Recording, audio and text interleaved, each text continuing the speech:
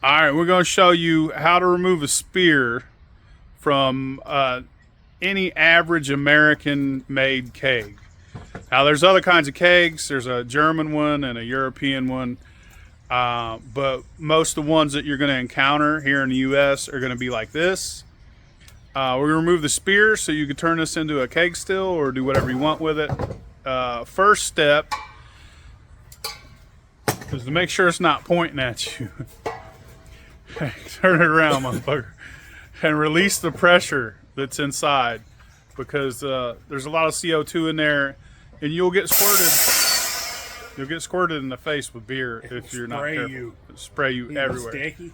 You'll smell like stale beer all day long. It's easy to do. All you do is shove a screwdriver in, hold it down without it pointing at your face, and it will release all the pressure. Alright, you see this thing here? There's two pins here. You can use either one, but this is closest to where it starts. It's like a little spiral. So, you want to put a screwdriver, and you'll probably break a few screwdrivers, but there's a little technique. Show them the technique. See that? Boom. And then you just go around it till that pops out. Then you want to line these tabs up like that and put it back in and spin it. Show them. Sometimes they lock over here, and so it's like 2 steps. So if it's not coming out right away, you might have a 2-step lock in here.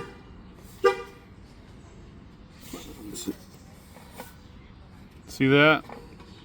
Did you see it? Look at it. Look at those tabs. And she slides right out. You just pull it out. And that's it. That's all there is to it. Now you want to take this thing, take it to the car wash, spray it out. You got a keg ready for make a keg still.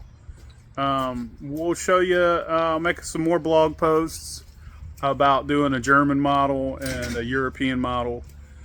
Also, to know about kegs is a lot of people see this. They see the potbelly style and they're like, that's aluminum. That's not aluminum. That's stainless.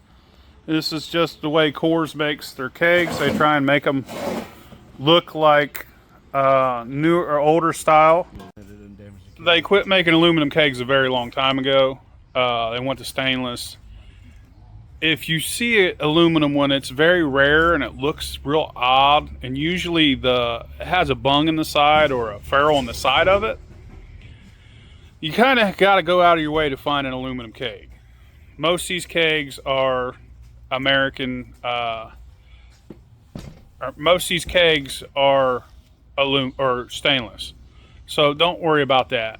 And look for the next blog post where we do a German keg. Thanks for watching. I hope this helped you. See y'all later.